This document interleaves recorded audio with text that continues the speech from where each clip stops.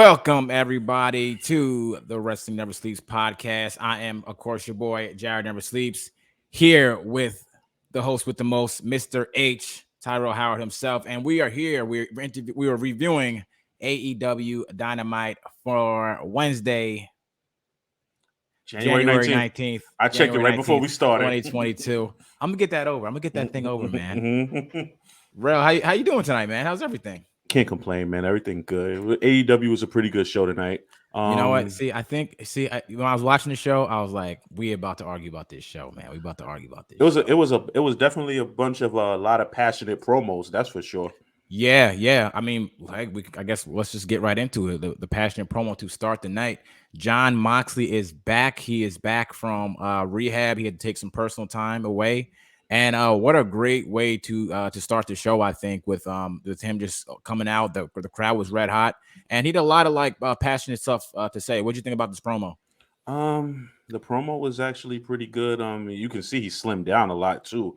Yeah. His hair's growing back a little bit. Yeah. He's got this whole like Undertaker red beard thing going on. But yeah, it was actually a pretty good promo. You can tell it was from the heart. The man has a great poker face, because I would think any other wrestler who would have came back with that type of emotion or ovation probably would have teared, but he kept a straight face, and he said what he had to say. He dropped the F-bomb. Yeah, well, I think from what I read on Twitter, it was some fans told him to go have another drink. Wow, that's crazy. Yeah, because if you notice, it got real quiet when he first came out, and then you could clearly hear the fan, but you just couldn't hear what he was saying out loud. But Twitter said he told him to go have another drink. That's why he told him that.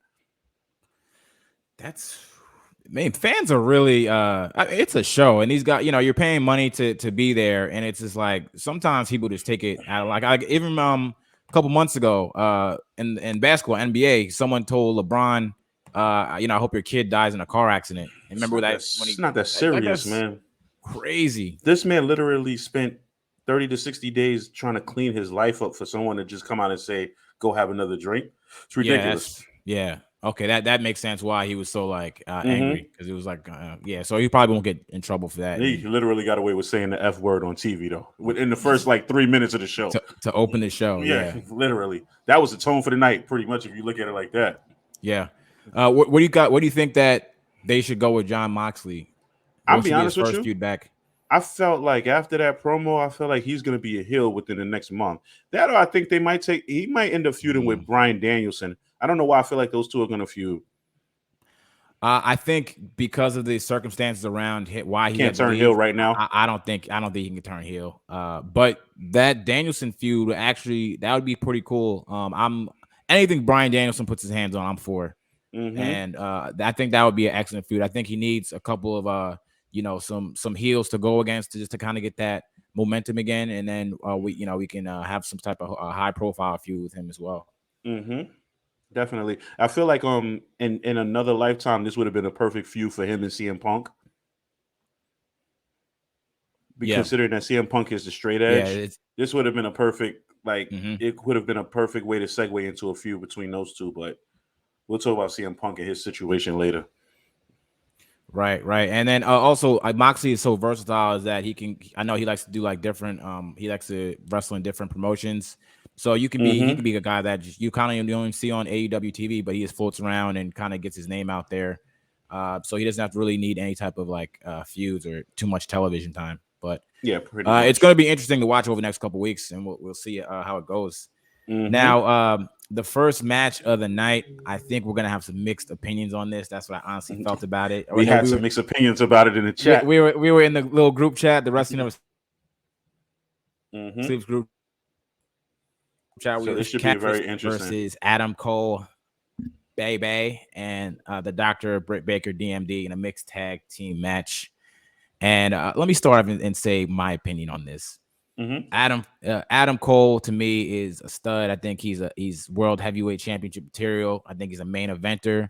He's got a great look. He's got a great gimmick with the entrances and everything. And Orange Cassidy, he just kind of reminds me of Santino Marella 2.0. I feel like those two should be completely separate. I feel like they're on two different spectrums of the wrestling world. And I don't like this.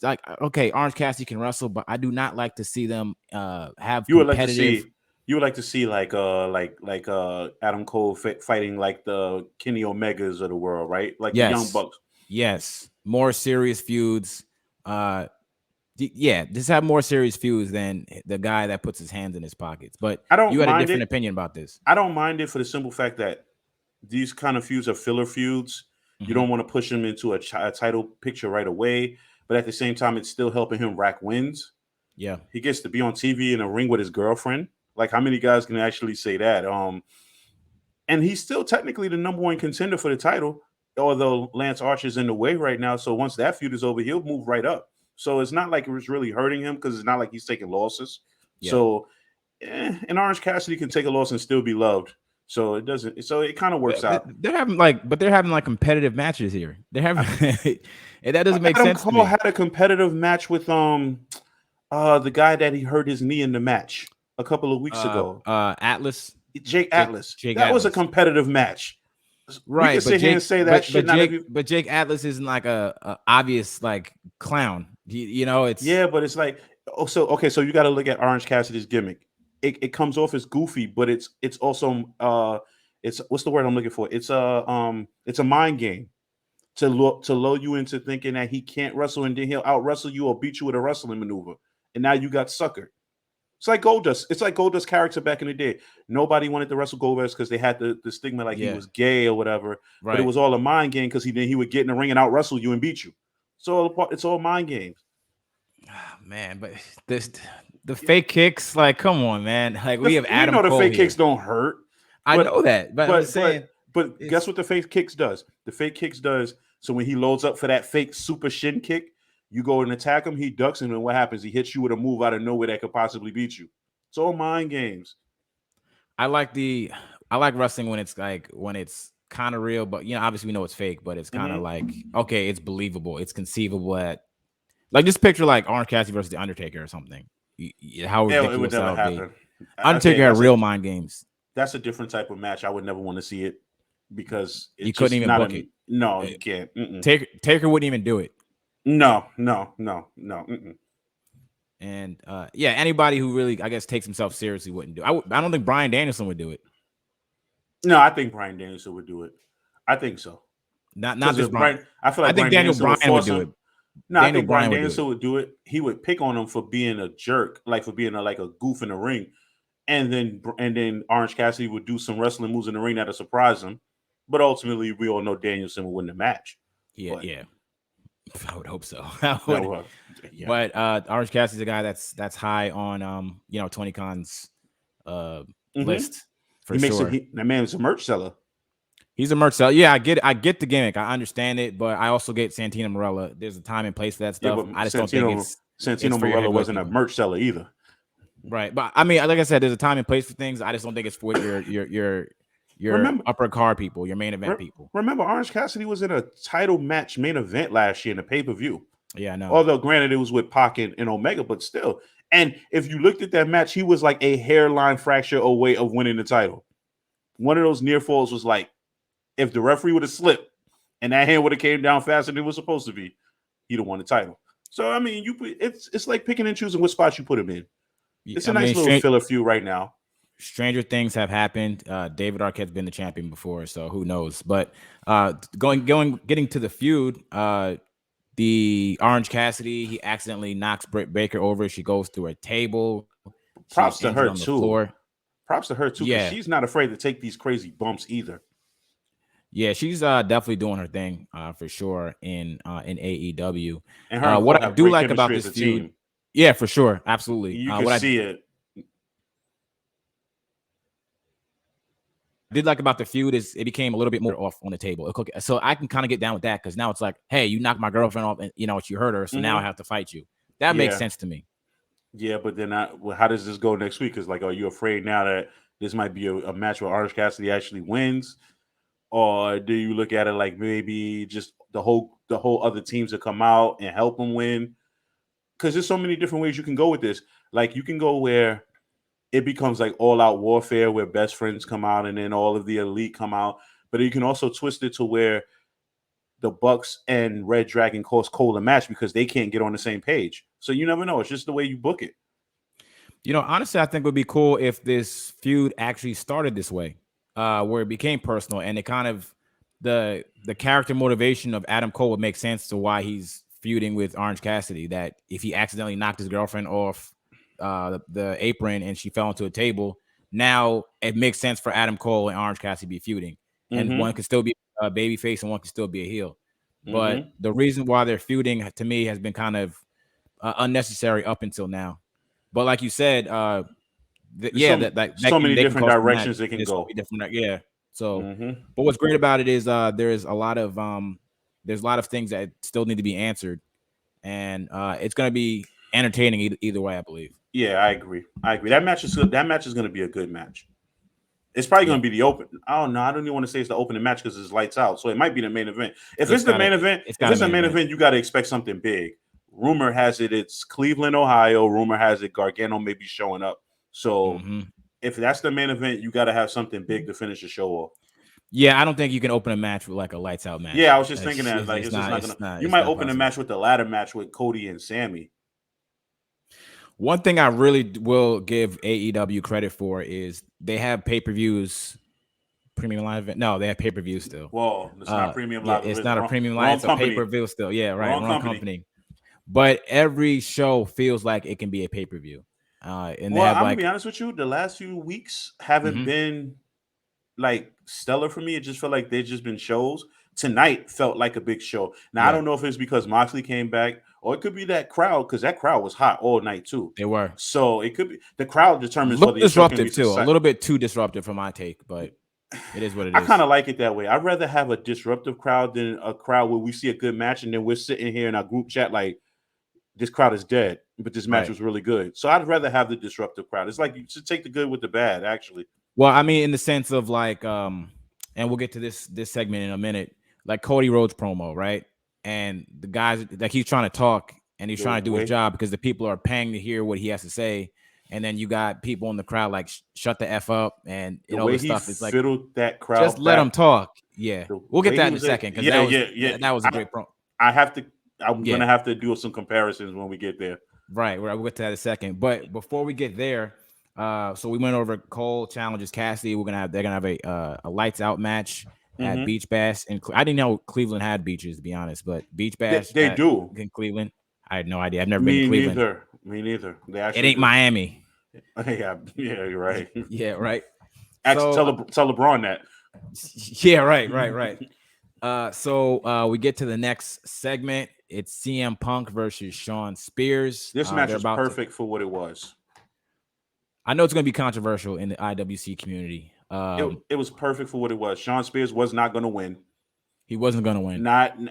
It was perfect for what it was. Shawn Spears tried to attack, got caught slipping, got hit with a GTS. It's the best CM Punk looked in a while. Well, okay, I understand why they did it. For one, because CM Punk got his ass whooped last week by Wardlow, so you have to bring him back strong. I guess I understand why they gave him a squash match. Oh, and sorry to cut you off, but it makes sense why they gave him a squash match. I'm gonna tell you why. Wardlow destroyed CM Punk last week. Yeah. MJF in that promo before the match made it almost seem like Shawn Spears was better than Wardlow. So what did they end up doing? What did they end up doing? And how did they end and how did they end up booking it to where he's not even on Wardlow's level because he couldn't even hang with CM Punk? Yeah. So I didn't look at it from that perspective. That's an interesting angle. And then Wardlow's like, damn, like Wardlow's facial reactions behind MJF is hilarious because you know the turn is coming. It's only a matter of time. We didn't talk about that. He docked his pay on his birthday. Real heel heat. Yeah, and then even the little subtle thing like his catchphrase at the end when he's like, "I'm better than you," and then he hugged him like, and you know it. It's like you're letting Wardlow know, like I'm better than you.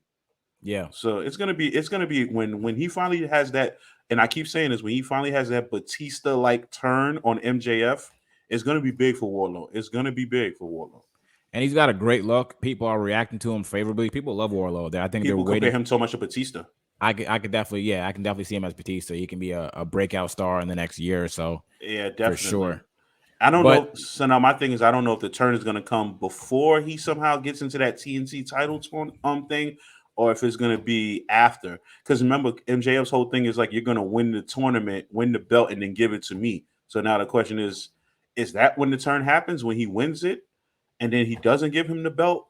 And I prefer him not to win the belt then, if that's the case.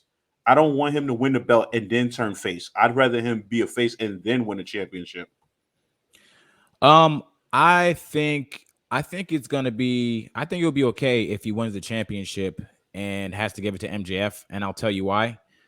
Because AEW has such a bloated roster. You have your tier of guys who are Mm. old school, and you have your pillars. Mm-hmm. So these guys have like tons of time. Like MJF doesn't have to be a world heavyweight champion for like another 3 years. Like he's only like what 20, 24, 25 years old. They have tons and tons of time. He could. So They could play you the can story. They could play the storyline where he's frustrated that everybody's winning championships besides him. right, and it also gives a layer to that to his character where he's like, okay, they say he's like the only pillar who hasn't won a Mm-hmm. championship, but now he's won one, but he got it at the expense of Warlow. So it kind of builds the character. Like that's such a heel thing to do. Like he Mm-hmm. can say he's a champion even though he never won it. Or You they can know, go. Now that I was thinking when I went like this, I'm thinking they could also go the Triple H Randy Orton route. Remember when Randy Orton won the title and Triple H thought he was going to hand it over and he didn't? right. It's almost like they're tying two Evolution storylines into one storyline with MJF and Wardlow, Right. which would be brilliant if you can pull it off. But I think also at the same time, okay, let's say Wardlow does win the championship and he gives it over to MJF. It puts sympathy on Wardlow for that eventual heel turn because now you're really rooting for him. Like, damn, this guy won the championship. He has to give it off to his boss. Mm-hmm. So it's like all these guys have so much time because Wardlow is not ready for the main event, nor should he be around it. You got guys like CM Punk still. You got Bryan Danielson. You got Hangman Adam Page. You have so much going on at the top that they can really slow roll this for another 2-3 years before But that's these what the guys TNT, at the top tier. I feel like that's what the TNT title's for. That's the point. Exactly. Mm-hmm. So it makes sense. What the IC belt used to be back in the day. Yeah, it's almost like a mid Carter's heavyweight championship. Right, exactly. So, and that's what the IC used to be designed for, but now I don't even know who's Shinsuke. And then the best part about the TNT title is that if it's on a show where the heavyweight title is not being defended, it's the main event regardless. It'll still be the main event. So it'll give guys like a Wardlow, or guys like a Sammy Guevara, or guys like let's just say like a Scorpio Sky a chance to main event a show because they're the champ. And have great matches. Yep, and all those guys can put great matches on. Yeah, it's and I think we put that poll up the other day. What's a better title to have, the US title or I feel the TNT title at this point? Yeah, it is. It is. It's better than the IC title right now. It's better than the US title. Yeah, by far. Mm-hmm. Because you will be in a main event. You will have a great match, and you could work with a guy with like a Cody who has tons of experience and can teach some of the younger guys. I agree. So also getting back to Shawn Spears, the only thing I was kind of disappointed in is that I thought Shawn Spears had a great promo last week, and I was really interested in seeing him more in the ring and seeing how he could wrestle because I was really kind of drawn into the promo he had and how he said he's going to beat up CM Punk, and then he ended up getting squashed. So all part of a typical heel, though. Yeah, we sit there and it's like I'm gonna kill you when I see you next week. I'm gonna kill you. I'm gonna kill you. Losing 3 seconds. Oh, and it made CM Punk look the best since he's been back. And all he had to do was a couple of reverses, turn right into a GTS. GTS, yep. Got his scarf. Yeah, and what I love about this feud is the fact that they've been feuding for about a month and a half, almost 2 months, and they have yet to touch each other. They have yet to touch. Yep. Even in tag matches, they never touched. Yeah. And that's hard to do to keep a feud interesting. Yeah, nothing. Yeah, WWE would have had this. The WWE would have had them do 50-50 booking already, and one would have won one, the other would have won the other, and it would probably ended in a disqualification, and they probably would have fought on Raw for like 5 weeks in a row. It would have been MJF versus CM Punk in a match, and then somehow Brock Lesnar wins. Or yeah. Yeah. Or then one of them just suddenly gets drafted to the other show with no explanation. Or name changes. Oh, gosh. Loser has to change his name. Yeah, right, to Gunther. Yeah, moving on to... we'll talk about that one later, too. We'll talk about that later. Moving on to me was my favorite part of the night. The promo, Cody Rhodes talking about it was kind of his version of the pipe bomb, and he's letting the people know that, hey, look, I fought for you guys. I do all this for you guys, and that's the reason why I can't turn heel. And he was the forbidden door before the forbidden door even existed. And you could hear, like, when he first came out, the crowd They was were booing booing. him, and then they were like, he has a point. And then they started saying, Cody, Cody, And Cody. and I've sat here for weeks and I'm asked, like in text messages with friends who are wrestling fans. I'm like, why are they we don't have the same, we all have the same answer or same confusion. Why are they booing him? What was the point of booing him? Like, are you What booing him just because it's the cool thing to do? I think I think people boo Cody Rhodes because for one, his wife is a natural heel. Okay, so look, and I don't know if you ever noticed this, and I think we discussed this before. Yeah. If you ever notice when he comes to the ring, he comes out through the middle. Yeah. Oh, you was Arn telling me. Arn And then his comes out wife through the goes face, comes out, and she comes out through the heel the tunnel. heel tunnel. Yeah. There's a little things that a lot of people don't pay attention Yeah, I to, never but I noticed that. do. Yeah. Yes. So the next time, let's just say the next time she comes out with him and Arn comes out, maybe next week, who knows? Pay Mhm. attention and you'll see what I mean when I say he comes out the middle. So it's almost like he's the tweener.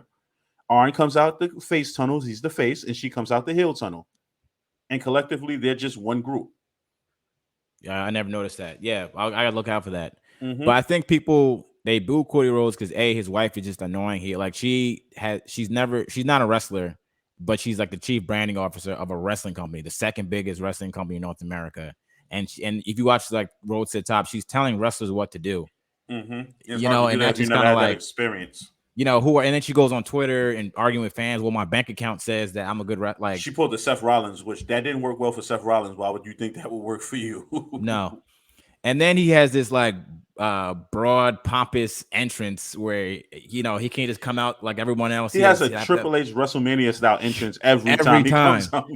he has a chandelier come out.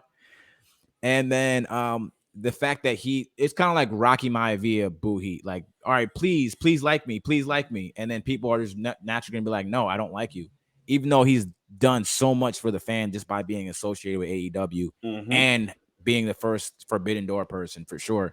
But I think that's why people really boo Cody Rhodes. Yeah, I personally like the promo. I I thought the love the promo was promo. I thought the promo was great.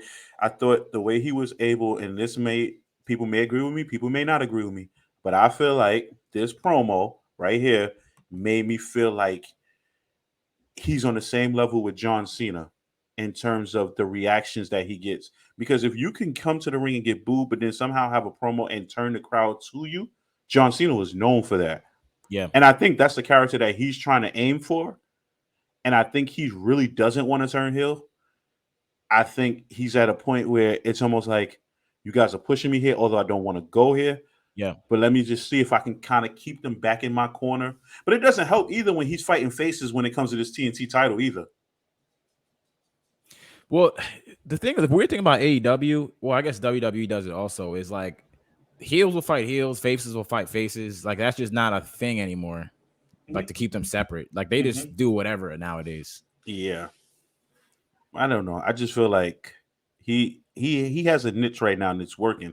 The fact that, like I I would said, the agree. fact that he was able to turn that crowd back. I was impressed. I like his also. I really do like his commitment to not being a heel. That's the I mean, easy thing to do. which all makes him, which are all going to make the most sense in the world when he finally does become one.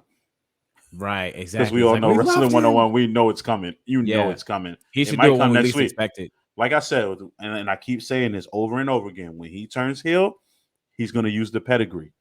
And that's what's going to submit his heel turn. Watch. No, I'm really waiting for the second coming of the Man Helmsley era with him and Brandy.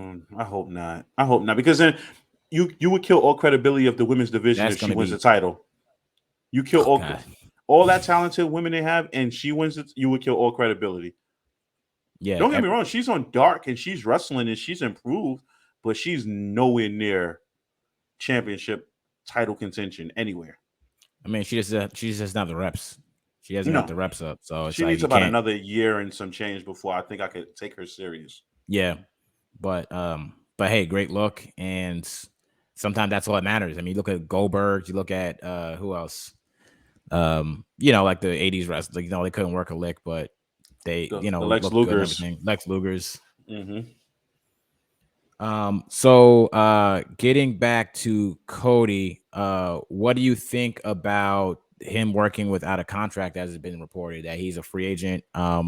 He doesn't have any contract as far as being a performer, and he doesn't have any contract as far as being a vice president of a company. Man, listen.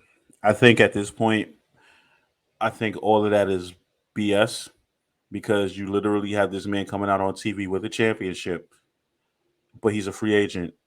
Money talks. Vince could throw that man millions of dollars for the next couple of years and just be like, just go on this show tonight.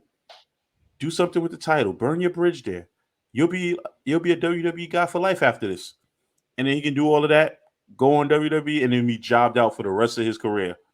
So I feel like he has a contract. I feel like he has one set up. I feel like either he hasn't signed it yet, it's really close to it, or he signed it already.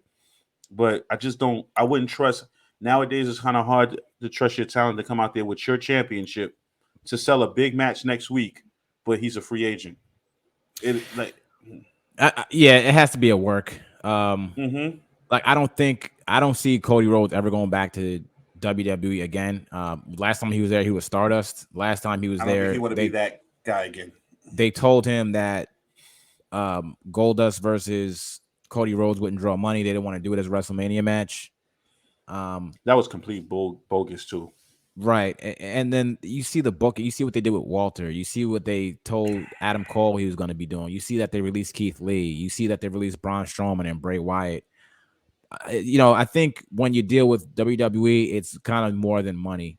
Cody Rhodes has cemented himself in this company. He's definitely started a revolution in wrestling. Like he said in his promo, He CM is Punk, literally the forbidden door. he's the He is forbidden door. Yeah, he in his promo he did not lie when he said he literally is what CM Punk was talking about. yeah. He took what CM Punk was talking about and ran with it. He's like, everything you wanted to do, I've done. You wanted to wrestle the Bucks, I've done Yeah. it. You wanted to go to Ring of Honor, I did it. You wanted to go to New Japan, I've done it. Mm-hmm. Like you can't lie with facts. You can't Yeah. argue with facts. He without him, AEW doesn't exist. He was a proof of concept that you can go and draw money outside of the WWE in North America. Yeah, absolutely right. Because without that bet he took to run the show, we know AEW, and we probably would be talking about how the Bucks are being buried in WWE right now if they even still would have not been released by now. They would have easily been released, or they would have been on NXT 2.0 doing bad comedy. They would have been, they would have been like hairdressers, mud pit matches with FTR. Yeah, it would have been bad. So I don't see him ever stepping foot in WWE again. But so I just think that this whole contract situation just to kind of add an element of his I think so too for his character. I think so too. But yeah, great promo. I think that was my favorite segment of the show by far. I agree. So next match, it was the debut of the House of Black versus the Varsity Blondes and Malachi and Brody King. You got a lot to say about this. All I'm gonna say is after watching that match, I said that is the most devastating tag team in AEW. Yes, I would. There was just nothing I literally got out my seat. Like and it wasn't even because of anything they really did. It was just because for the first time in a long time, I seen a tag team that was just truly dominating. I want more of that on television. I agree. Like for sure. I agree. Sure. I agree. Like they need to run roughshod over the tag division. Yeah, I would agree. Like again, I think we were arguing over this. Like I don't like the 2.0s. I don't like the American. Sorry, what was it top? What's it called? Top Academy, American Alphas. What are they called? What are you talking about? WWE or not WWE? Team, all the MMA guys. Oh, America's Top Team. America's Top Team. Yes. But then you have but out of that you got Men of the Year. So I'm gonna be honest with you, and maybe I can do without all those guys. Give me some more House of Black. I might be in the minority, but I do think they need secondary tag team titles. They have way too many, and I know a lot of people say a lot of titles is too much. It might be, but they have way too many tag teams for them just to be fighting over one set of titles. I don't think that's. I think what you got to do is, unfortunately, you got to trim the fat. You got to let some of these contracts Okay, so so real quick, off topic, let's go over some of these tag teams that you would trim the fat. Okay, you could trim 2.0, right? Yes. You could trim, let's just say even best friends. You could trim Yes. those. Get them out of here. Yeah. You could. Yeah. Get them out of there. You're still stuck with FTR. You're I'll still take stuck with them. Jurassic Express. I'll You're take them. still stuck with Lucha Brothers. I'll You're take still them. stuck with Santana and Ortiz. You're still stuck with the House of Black. You're still stuck even with the Acclaim. I wouldn't cut the Acclaim because they're No, that. you need the Acclaim. I love the Yeah. Acclaim. Yeah. You're I still like Bear stuck. Country too, whatever they're called. The Bear people. Exactly. Your Yeah. Bear Country. You're still stuck with as crazy as it sounds. You're still stuck with Sting and Darby, who Yeah. coincidentally now are technically the number one contenders. You still stuck with the Gun Club. There are teams Yeah. You that can't cut everybody. this is what I'm saying. So you don't tell so now naming all of these tag teams, you're gonna sit here and tell me, and then you can still team up guys like Hobbs and Ricky Starks from time to time. You still can't tell me that they don't need secondary Yeah. tag team titles, Right. or at least even the trios titles that they've been talking about. The I didn't issue you're even gonna. name the Young Bucks. I didn't even Yeah. name You Red didn't. Yeah. Dragon. Right. Oh yeah. I, Yeah. I forgot about them. There's I so didn't many even tag name teams. Adam Cole and Kyle O'Reilly if you really wanted to team them up. Right. Like so many ways you can go. Like they need secondary tag team titles, or like I Well, said, at least the the issue trios with that title. is if you have secondary tag team titles, then you have to feature those secondary tag team titles. So then you have the problem of featuring them all the time. Make the secondary tag team titles exclusive to Rampage. Make Rampage a 2 hour show. Split it. They Oh have. please, I hate God, to say no, this. I no hate to more say this. wrestling week. No, that's a lie. If there's no more wrestling, then this won't. This No, won't work. But think no, I'm about saying this. I like the 2 hour format and the 1 hour format, but like expanding, that's But how think Monday Night Raw got it's destroyed. gonna end. It's gonna end up being 2 hours eventually. Oh You God, already know it's no, gonna happen. It's gonna happen. no. Split your rosters up. You have enough. I have enough faith in Tony Khan at this point that he can split his rosters up on two different shows and not fuck it up. Like, How about this? I have a better compromise. How about they just have touring instead of just having just television? They have touring. They have live events, and then people can wrestle on the live events. And then they can get a reaction. Okay, these people are getting a reaction from the crowd. Let's put them these on are the ones we can television. put on TV. Yeah, that makes sense. Yeah, yeah. Yeah, The acclaimed is always going to be I like the the acclaimed are acclaimed. always going to be good because Caster can come out and rap. So it's Yeah, always going to get a reaction. it's a gimmick. Yeah, it's a great Yeah, gimmick. and it's a gimmick that people like. So they're always going to be. And then Anthony Bowens can wrestle. I mean, Caster can wrestle too, but Anthony Bowens is the wrestler of the group. And you still got Yeah, guys like I mean Dark the Order. gimmick is what gets them over, really, though. You still got guys like Dark Order. Let's be clear. I think, Get them out of I here. think, I think John Silver and Alex Reynolds are a very underrated tag team, and their finisher is crazy. I love their finisher, the rapid fire moves. I love it, I but hate Dark Order. that's how I feel like secondary titles are needed. Like it's too many. It's too many teams to have just one set of tag team titles. So you're gonna have like you have to have like the Rampage or the TBS tag team And if I was champions. them, I would actually do a Royal Rumble style tag team battle royal. They did it I mean, before. yeah, you have to do like once a year. They did it Yeah, before. yeah, and On it a was pay per actually a view. cool concept. It I was. would do it. I would do it.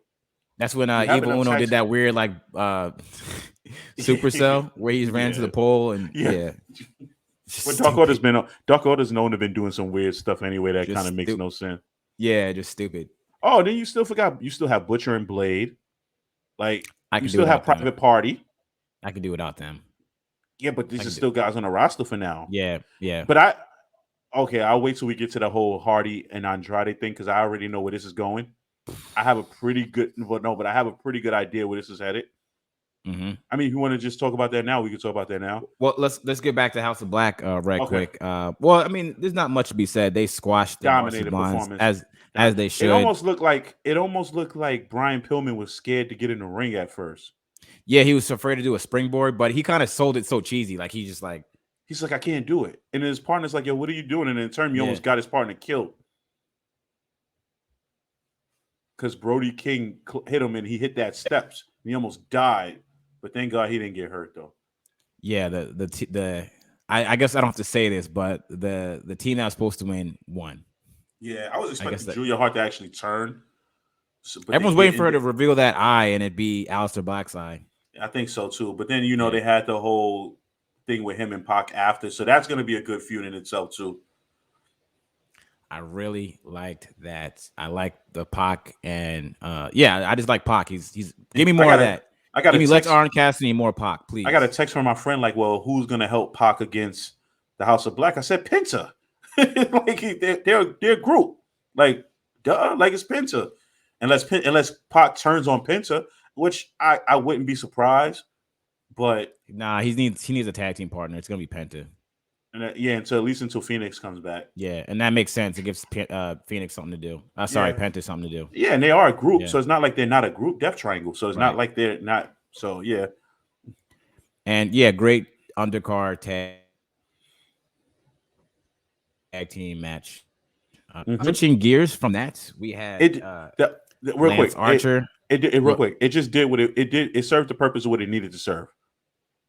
The House of Black, Yeah, and I the mean, fact that they're not even the House of Black, they're called Kings of the Dark Throne or Dark. They actually have a tag team name. Kings of the something. Yeah, Kings It's of the Kings of Dark the Dark Throne or Throne something. or Yeah, something like that, and it makes yeah, sense. They look like like they belong together. Put it this way: is certain things in wrestling fits. Those yeah. two fit. Brody King looks like a gigantic sized Malachi Black. Yeah, he does. He kind of looks like he kind of looks like Brody Lee to me. But like if Brody Lee had a credit Really? card for Party City, yeah, I just think not. I just he think he just looks like like a the visuals gigantic. and stuff, the eyes. I just think he looks like a gigantic Malachi Black. They have almost the Yeah, same matching tattoos, the same kind of ring gear, and the ring gear makes the matching tattoos look like it all matches. So it's. I feel like they're a perfect fit for each other. Put it that way. they It's look like they would be friends. They look like they would really best to be yeah. friends. They look like they go to the same tattoo guy. Yeah, right. They're definitely on the same team. So Mm-hmm. we have Lance Archer with Dan Lambert at ringside versus Frankie Kazarian. Squash, I really didn't squash care and for this squash. match. Really didn't care So for this, but I know what they're doing. yeah, So, well, so well, it's just the. I thought about that because I was like, I don't care about this match either, and I think I don't care about the match because I don't care about Frankie Kazarian. I think that was the issue with the match. You know what killed me with Frankie Kazarian is that they build him up as this elite hunter, Mm-hmm. and then he didn't do anything with the gimmick. It Yeah, was like once Christopher Daniels left, he was like, "Okay, I'm gonna hunt you guys down," but you did nothing really. All you did was really lose every week to Gallows and Anderson. So nothing really came of it. yeah. Just the guy doesn't really have charisma to me or whatever. It just kind of like a. I mean, that could have been anybody. I know it's a squash match or whatever, but I feel like they're trying to build Lance Archer as a contender for the world heavyweight title. I feel like you had to have a baby face in there that people like. Even like okay, let's say Penta doesn't really have anything to do right now because his tag team partner is injured. Throw Penta in there, let him get squashed. Can't really Nah, hurt him.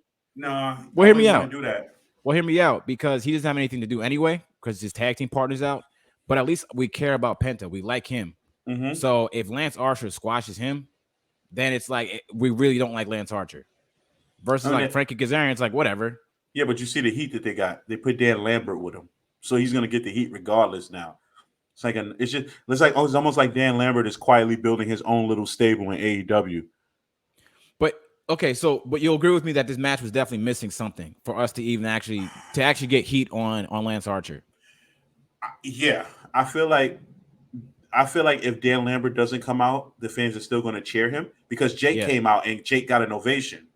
But then you can clearly see the transfer from where Jake kind of like gave Dan Lambert Archer, and yeah, then he left. So it's like he's not going to get booed with Jake the Snake is out there with him. yeah. He's a legend. Yeah, So we don't exactly. want to So boo Jake the Snake. But even still, okay. Well, let's look at this match, right? All right.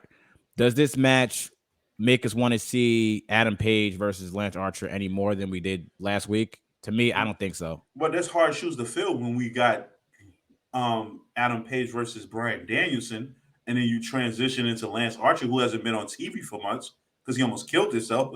But So but it's that's like, why would we care about that? but that's my point. My point is that you have to book it in such a way where we want to see Lance Archer get his ass kicked. But That's don't what get I'm me saying. wrong, watching those two brawl and go at it, you know it's going to be a physical fight between the two of them, and I'm okay with that. I'm okay for violence, But but I okay. we know he's not I going to had a win. couple issues with this.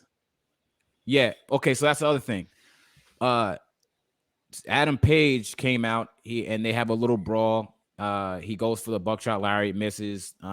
Lance Archer, he teases his finish.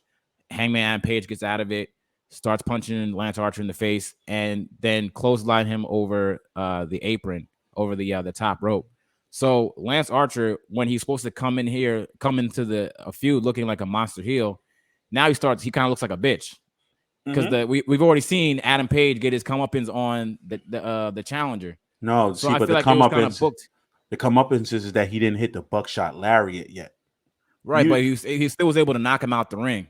You can knock anybody out the ring, but if you can't beat him, what difference does it make? No, but I'm saying, okay, you have the champion I get what and you you're have the saying. challenger. No, I get what you're saying. You have to have it. Lance Archer should be beating his ass all the way up until the time they fight. Not even that. You should book it where Lance Archer comes out of this like, oh, damn, he's kind of a challenge here. And we didn't get that vibe coming out of this. So Lance Archer didn't come out of this situation looking better at all. But he's still in the same exact position or worse. But at the same time, do you want to book your world champion and look like he getting his ass whipped every week, but then somehow finds a way to win when it counts? It's almost like you book yourself into a corner. No, I think you have to. I think as far as Adam Page is concerned, as far as that character, you kind of have to book him underneath.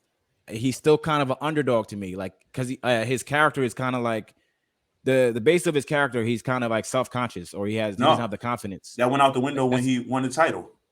When he came back from having the baby, and that promo that he had after, his promo clearly was like, "Yo, I didn't believe in myself, and then I came back, and it's like I'm more confident in myself now than I've ever been."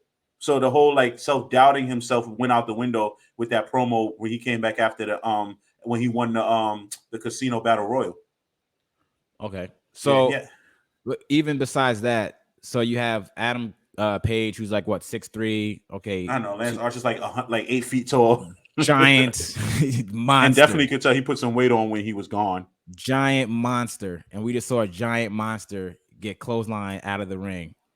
I don't want to see Adam Page versus Lance Archer because I know where this is going. Oh, I mean, of course we know where this is going. This is all this is all a filler. Suspend my disbelief at least. My thing is, I don't want to see this at the pay-per-view. Maybe I don't want to see it. Period. No, I mean, yeah, but you got to get tight. He got to have challenges. But I don't want to see this at the pay-per-view. Like, I don't want this to be his challenger. His challenge, I think, what is it called? Revolution. I don't want this to be his challenger. I think his challenge is probably gonna end up being Adam Cole, but I just think this is something to hold him down. They'll probably defend the title. Probably Probably sometime in the middle of February, maybe. So it's just a filler match. I'm okay with that. Give him a couple wins under his belt. It's okay. Give me some storytelling, baby. Give me something to work with while we get that Bryan Danielson rematch at some point.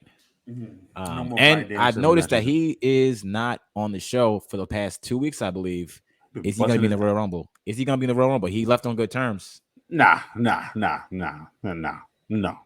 all. No. I mean, imagine. That'd be cool. Nice. It would be, but then he's not going to win. But he got to come out with his AEW music. I don't want to hear his. He can't come out with WWE music. Yeah, it's the same. It's the same show. Kind of. Yeah, but Fight of the Valkyries, the one's like a remix. No. Yeah. If an AEW wrestler comes out on WWE TV at the Royal Rumble, they got to come out with their AEW music. Like if Moxley comes out, he has to come out to WAP thing. Yeah, I mean, and they have to be like formerly known as Dean Ambrose. They can't call him Dean Ambrose. Yeah, I wonder how they would do that. It probably would be like formerly known as Dean Ambrose. Yeah, something like that they would do. Mm-hmm. The Faces of Ambrose. But then guys like those can't lose the Royal Rumble either. Like I feel like you can't put a guy like a Moxley in the Royal Rumble and he lose. Yeah, I don't think it just would work, and I don't think. Honestly, I think there's gonna be no. Well, here's the thing. I think there's going to be no AEW involvement in the Royal Rumble just because you can't trust Vince McMahon. It's going to be Zack Ryder. I don't think anyone wants to trust the WWE for anything. Mickey James did. Yeah, that's true. She got one. She just really has nothing to lose. Mickey James will be a strong indicator on how they treat talent. Yeah. If she comes out, like let's just say she comes out number 1. Yeah, exactly. They took her stuff and put it in a garbage bag and sent it to her. Yeah, but then the dude who did it is no longer there, so it was almost like we're sorry, we fired the dude. So we don't know. I mean, you don't know. Yeah.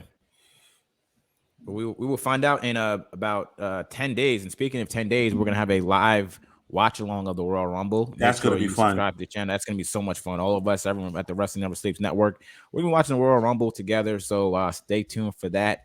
What's that? Next Saturday, I believe. Yes. Correct. Yep. Yes, next Saturday. So definitely look out for that. So on to the next segment. We had We had Statlander, Red Velvet, and what's the other girl's name? She's short. Layla Hirsch. Layla Hirsch. That's right. They had a little. I saw this one tiff. coming a mile away. They had a tiff backstage. I've seen this coming a mile away only because I've been watching Dark. Yeah, and I've been watching other. So I already knew where this was going. Like when she came out, because at first when it was like Statler and Red Velvet, I'm like, why? Because it was so random. And then I was like, yeah, I already know where this is about to go. And then here comes Layla Hirsch into and then I'm like, if you didn't see this coming a mile away, I don't know what to tell you. So I haven't been watching Dark, so I was just kind of like, all right, let me go scroll on Instagram. No, they had a match on Rampage last week too. Yeah, where Layla Hirsch clearly was trying to hog the spotlight, and they ended up losing the match. So I've seen it coming. I mean, I would prefer just kind of more meaningful matches for the or meaningful feuds in the women's division. I don't really this segment didn't really do anything for me. It was like kind of like whatever. Personally, I will say this though: this was like the first night that I can remember where AEW literally had two different kind of women matches. Yeah, let's get to that. We had Deeb versus Sky Blue, and Deeb is vicious. She is. We're talking about all these other women wrestlers in AEW. We need to start paying attention to her. Yeah, she commands attention. The fact that her nickname is the Professor of Professional Wrestling. That is a gimmick. Yes, but it's a gimmick that works for her. Mm-hmm. And I think she needs to start getting title matches. It just kind of sucks at this point because she's a heel and all the champions are heels. Yeah. It's going to really take time to build up that women's division. You need a couple more studs in there. Who would you add from this free agent class? If you could add, let's just say right now, you can add 3 women who are free agents to help that roster. Who would you add? Ember Moon. Mm-hmm. I would add Tessa Blanchard. I don't think anyone's going to do business with her anymore, though, to be honest. I think she's finished. I think no one's going to do business with her. But I think she'd be a good addition. But definitely Ember Moon. There's no need for Nia Jax. I don't think so either. I want to say Carrie Sand, but I don't think it's a good fit. I like Carrie Sand, but I don't think it's going to be a good fit for AEW. No, because it would just be another that would be just like having another Rio. Yeah, racist. No, yeah, it's like she's great in ring, but again, it's she's going to be very limited on the mics. And like you said, it's gonna be like just have another Rio to fill that spot. So Ember Moon. Who else is a free agent in women's wrestling? Tegan Knox. Would you add a Tegan Knox? I don't need Tegan Knox. But like, I'm sorry, like the way I look at it is like someone who can really credibly be in the mix with like Serena Deeb, with Britt Baker. I just want to see Ember Moon hit that eclipse in AEW ring. Yeah. What would her name be too? Like probably Athena. It'll probably go back to her name is Athena. So. I can't think of any other females who are like free agents, honestly. Who would you take? It would definitely be Ember would be one. Toni Storm probably would be another. Toni Storm. It just clicked in my head. That's why. But I feel like Toni Storm will be put in that Ruby Soho category. It's just like you're just there now. You get you left WWE pop for your first week, and then it's just like, okay. Do you think Ember Moon would stand out? Yeah, for sure. Yeah, she's just so versatile. I think she's hungry too. She probably needs to show WWE if they drop the ball on her. Yeah, I would agree. So. And of course, Eva Marie, duh.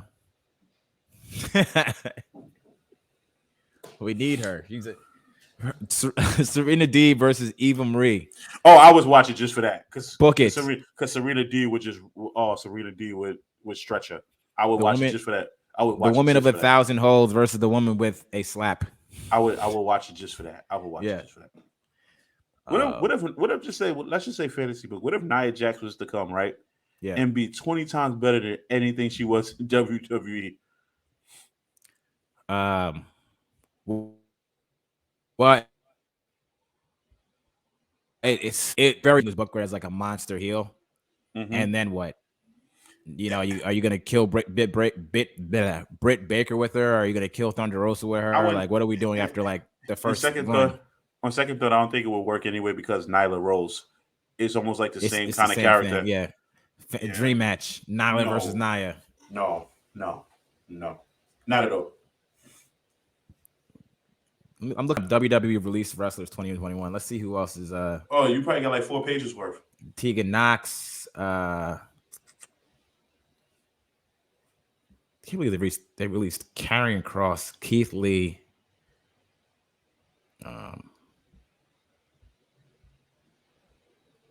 Scarlet, man. Scarlet. You got to bring in Karrion Cross. Frankie Monet. Yes. They could use Frankie Monet. Fit. And I would bring Morrison in with her. Damn. Morrison would be a good pickup, but they're just not based on that roster anymore. That's the issue now. 2-hour shows. Oh, please, no more. No more wrestling. I'm telling you, 2-hour shows, man. Oh, I can't do that on a Friday. The death spot. 2-hour shows. I'm telling you. 12. No. It would have to be on a different day. They would have to put it like on a Thursday or something. Thursday. Yeah, there's no wrestling on Thursday right now. Yeah, I mean Impact. It's not on TV. I still don't know where to find Impact. I've never watched an episode of Impact. I don't know where it is. I don't know what station it's on.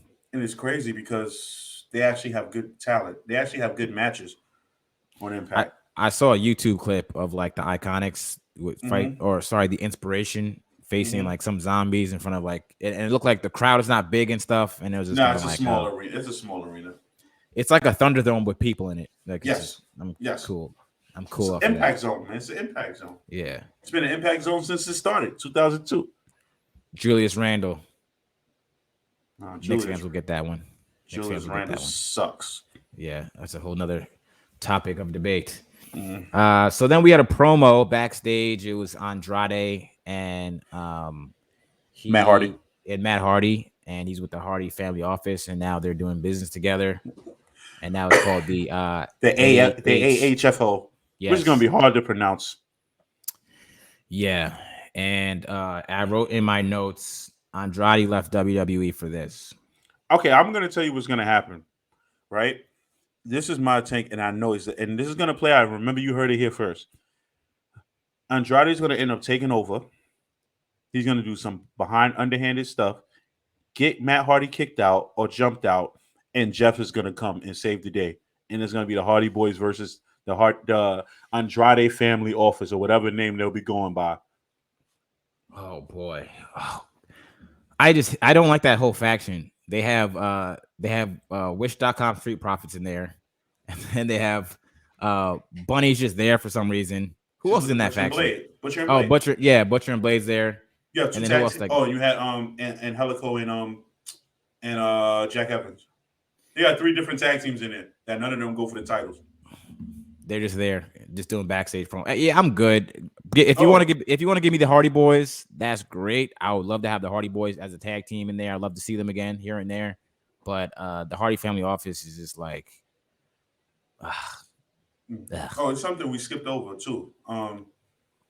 The fact that Santana and Ortiz may probably are starting to possibly think Jericho held them back. Yes, we did skip over that because Jericho was about to say something about Eddie Kingston, and they shut it down. Chill. There's some truth to what he's saying. You're holding us back. Everyone's getting these opportunities except for us. It's like, why are we not getting opportunities? Or all we're doing is fighting for you. Yeah, and it's getting to that, and that's kind of true. Chris Jericho, obviously Chris Jericho is like, he should be on Mount Rushmore, but he's not. He's like LL Cool J in hip hop. Like he's like top tier, but he's like no one really recognizes him as top tier like that. So he's revolutionized the business as far as again. I don't think about. Sorry for Cody talking about Forbidden Door Jericho. That's what I was getting to. He allowed everyone to get paid. Without Jericho going to AEW, nobody gets paid. Jericho literally went to fight in New Japan and came back and did a WWE show and then went back to New Japan and then came back and did a WWE Saudi Arabia show. Yeah. So I will put him over, but now I got to bury him. Chris Jericho is absolutely holding these guys back. Okay, love what he's done, but he's getting a little older. He doesn't look like Y2J anymore. He's getting older. And a cheesy heel. He's still in the spotlight. he's a cheesy baby face. Like he's better suited in his later days as a heel.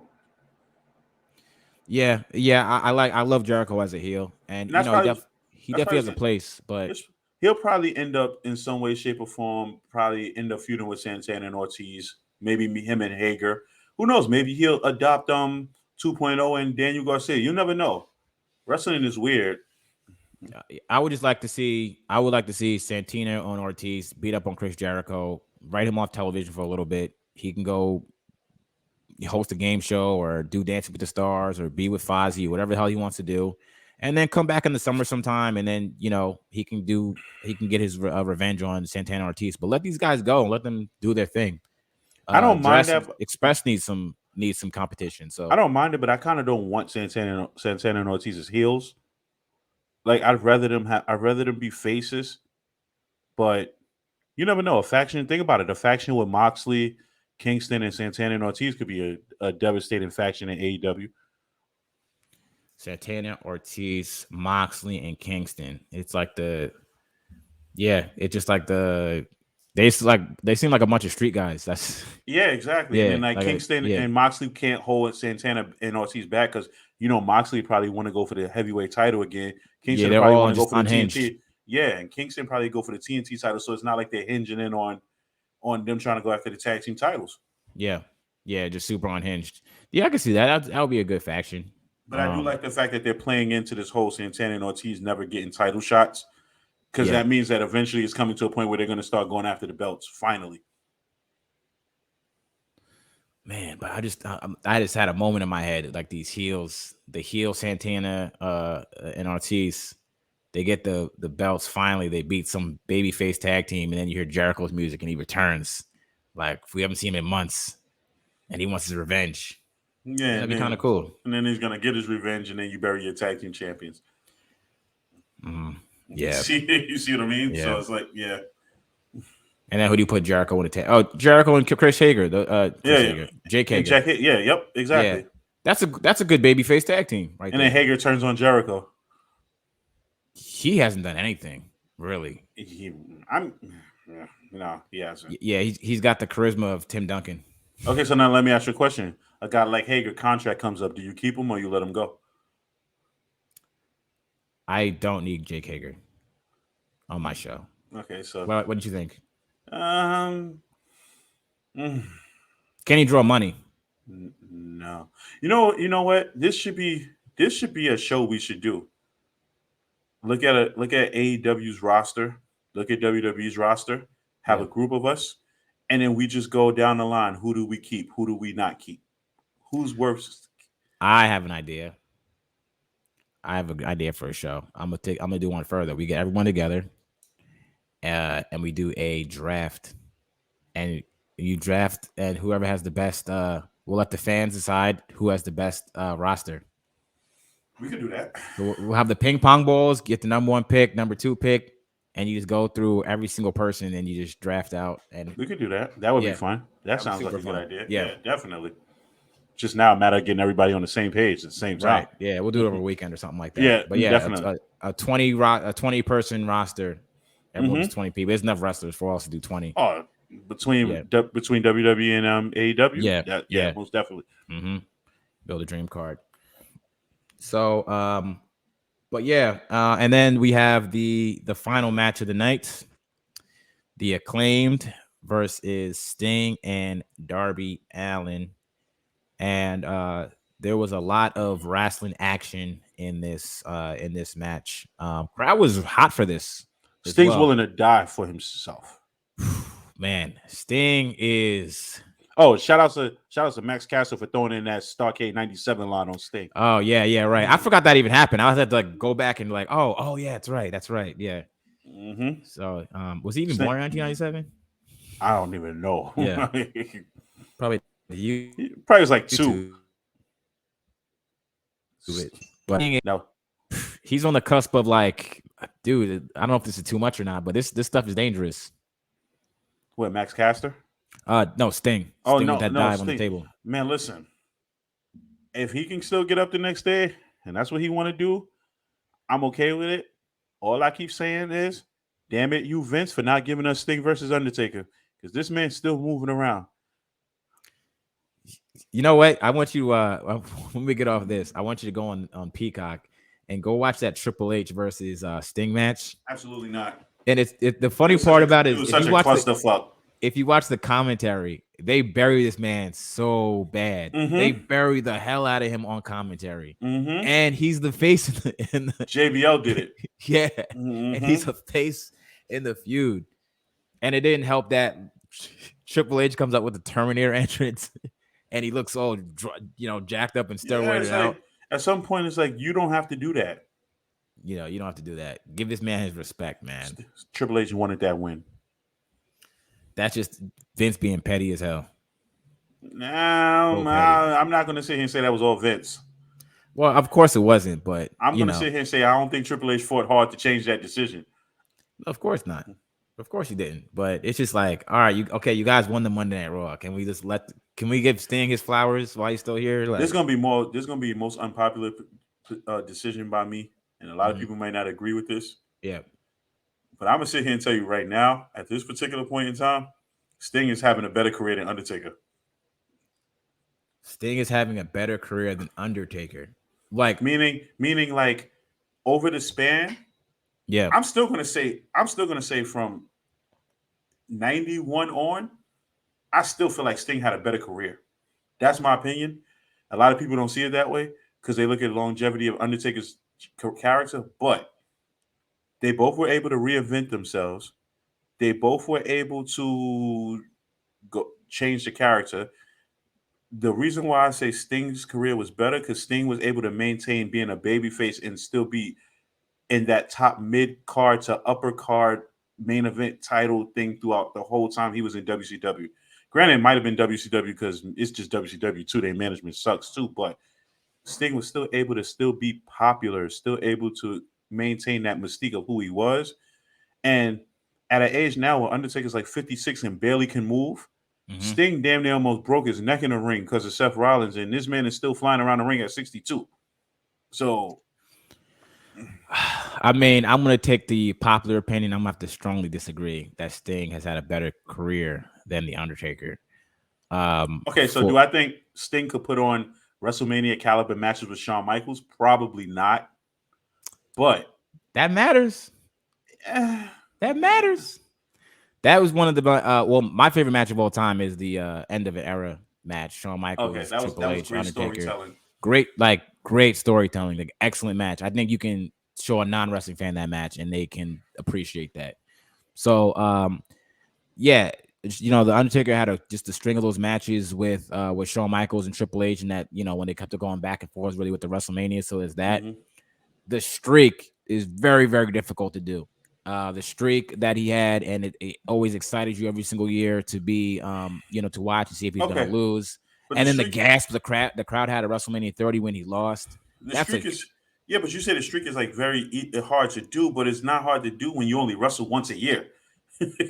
Like literally, as he got towards the end. Well, I mean, the thing is, anyone can wrestle once a year, but for people to actually care about it and for people to gasp when you lose like that is difficult to capture. Okay, so let me ask you a question. You think that the streak could have been duplicated if it was Sting in the position of Undertaker? But that's why. Okay, so here's the thing. So the question was, who has had the better career? So the fact of the matter is that wasn't Sting. So we have to go by.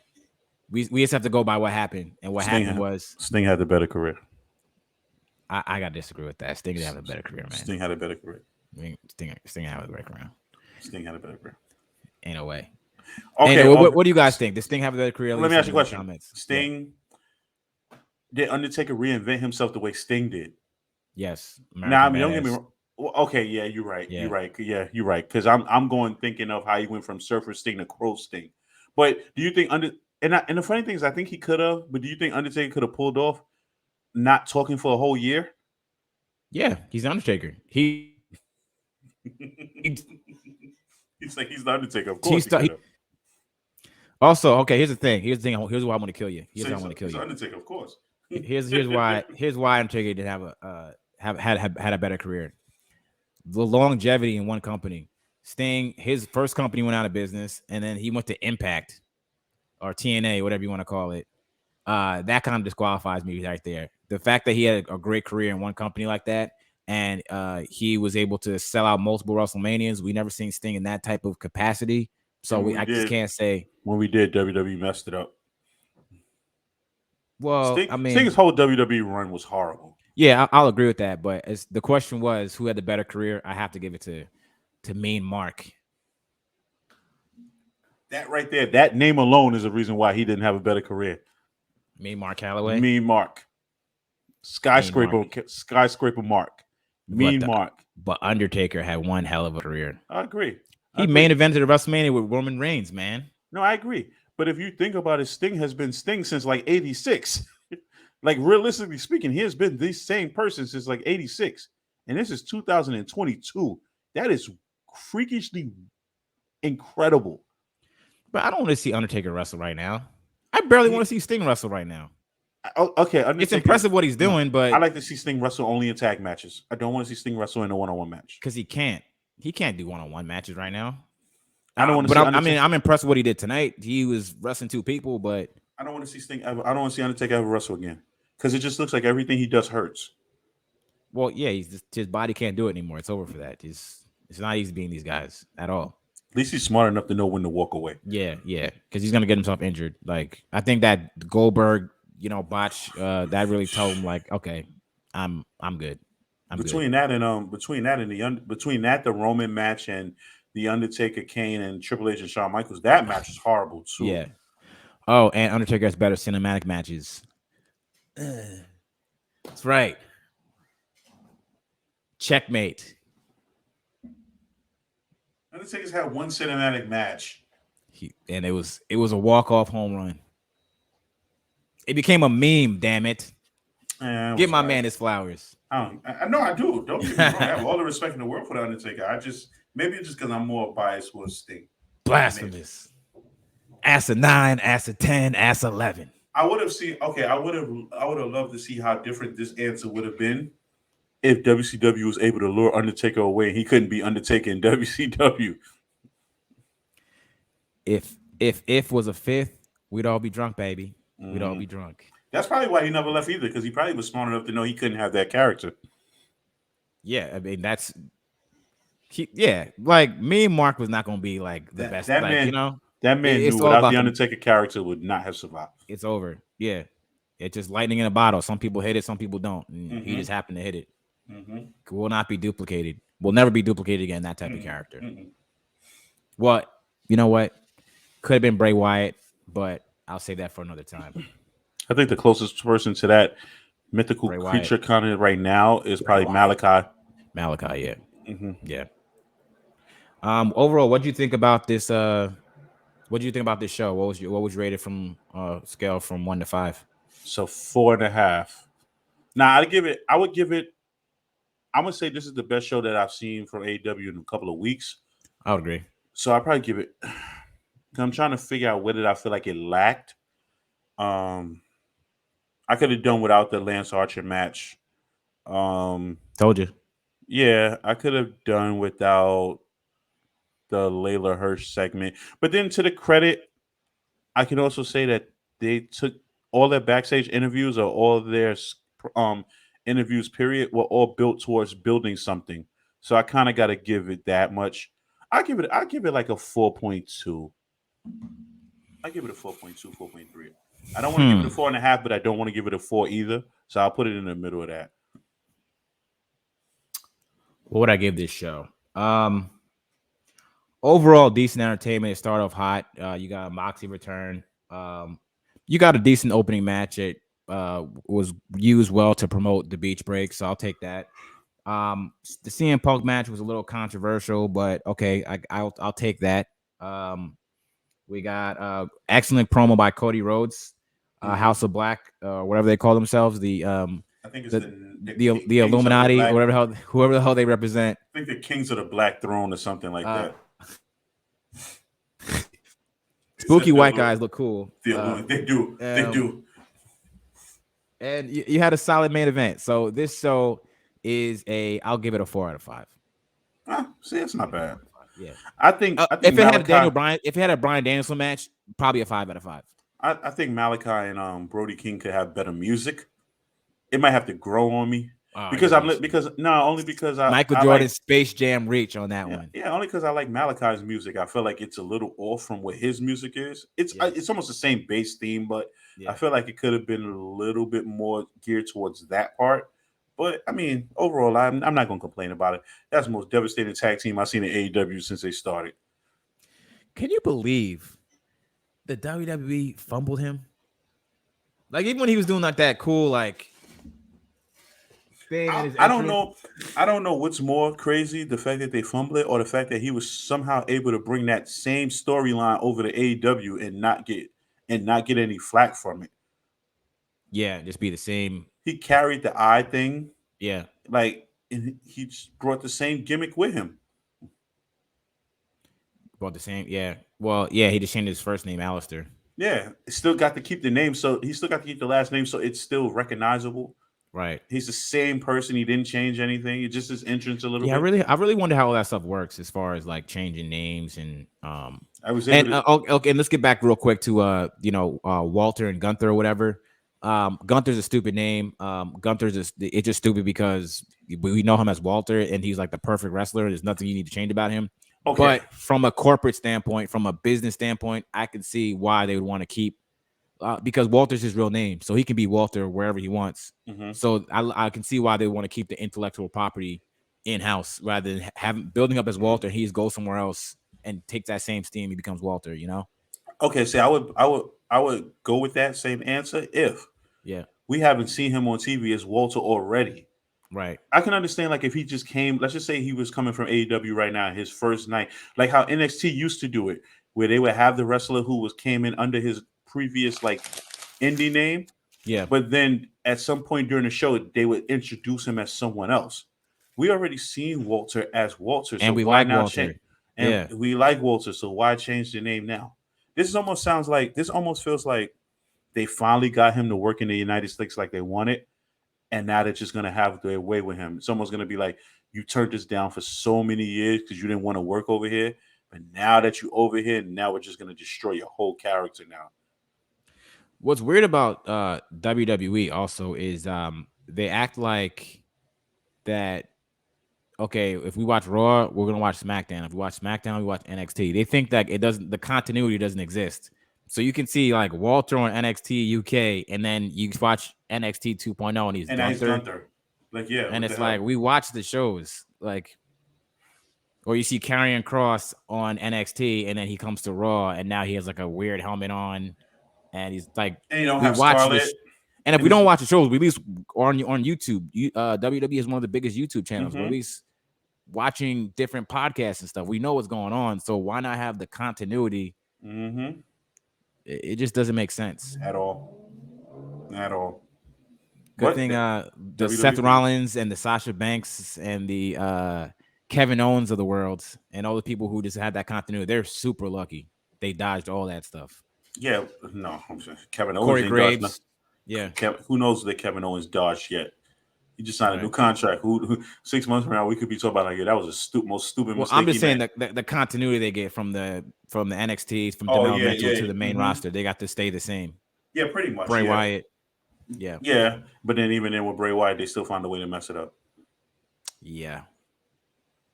But I'm looking for that's the main AEW signing I'm looking for. Well, not signing, but debut I'm looking forward to if that ever happens. Bray Wyatt. Yeah, it almost seems like we're all waiting for it, and it seems like it's never gonna happen. Like every time the lights go off, I'm just like, please, Yeah, please, God. And then next week when Johnny Gargano shows up, we're just gonna be like, oh, he's in AEW now, and he's in another tag team. He's yeah, in right. a tag team with somebody. Should just show up with Ciampa next week. Both of them just come in together. Yeah, Ciampa's. I'll pray for that man. Yeah, because now he's on dark matches on the main roster. So let's see how that works out. How long will he be before he's chasing for the 24/7 title? I think he'll ask for his release before he has to do that shit on TV. Like, yeah, just release me. Sometimes I feel like they bring them up to just so they could just be like, yo, I want to be released, and they just be like, okay, no problem, cool. Yeah, Ali is a great signing for anybody. By the way, I would love him in AEW. Yeah, Just TNT because, champion written all over. oh right, oh, it's his first night in. his first night in. Yes. You have to put the belt on him. Or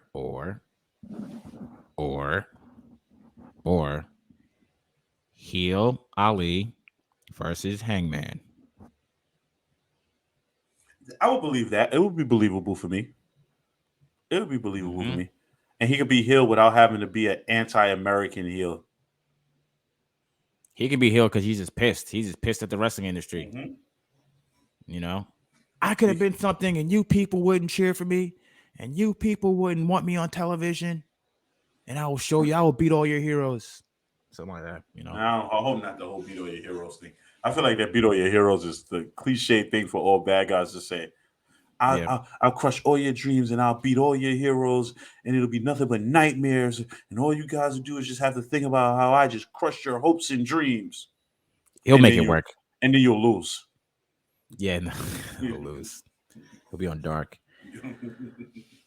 But hey, it's not wrong with being on Dark. The champion was on Dark last week. I like how they booked Dark. Yeah, it's definitely it's an entertaining show. Mm-hmm. I've seen Kenny Omega on Dark before. I've seen Adam Cole. It's a good show. I've been to Dark before. Oh, have you? Yeah, I've been to every single AEW show in Miami. Awesome. The arena is right up the street from my house, so it's great. Beautiful. Yeah, it's great. Yeah. So, but that wraps it up for this episode. Everybody, thanks for watching. Make sure you like this video and please subscribe. We do this for you. We're bringing out a lot of content this year. We're growing this channel. It's we're passionate wrestling fans, and it's always awesome to talk to other passionate wrestling fans. So, thanks for watching. For Mr. H himself, Tyrell, aka Rousey, I might just let that one run. We're gonna be back on Friday for SmackDown and Rampage. I think I'm with Travis. Travis is gonna be in that show. Okay. And look out for our Royal Rumble watch along, which is coming out in 2 weeks on Saturday. So look out for some content this weekend too. I'll be home Sunday. May drop something on the YouTube page. Maybe another watch along or something. We're gonna drop bombs every day, all day. For Mr. H, I am Jared Never Sleeps. Thanks for watching, and of course, it's still real to me. Damn it. Good night.